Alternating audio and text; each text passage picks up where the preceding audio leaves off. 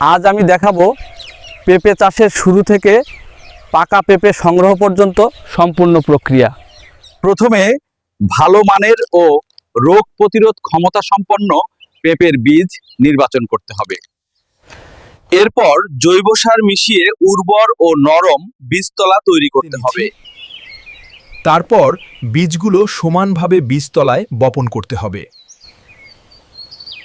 চারাগাছ ভালোভাবে বেড়ে ওঠার জন্য নিয়মিত পানি দিতে হবে। এখন মূল জমি ভালোভাবে চাষ করে গর্ত ও সারি তৈরি করতে হবে। প্রতিটি গর্তে জৈব সার ও প্রয়োজনীয় পুষ্টি উপাদান দিতে হবে।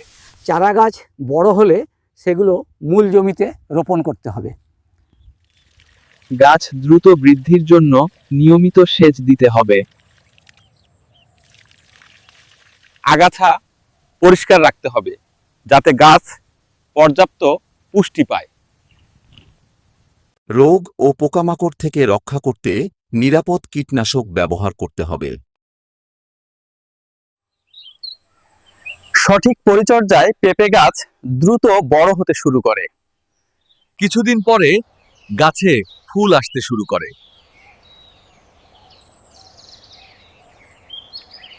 ফুলের পর ধীরে ধীরে ছোট ছোট পেঁপে ধরতে শুরু করে।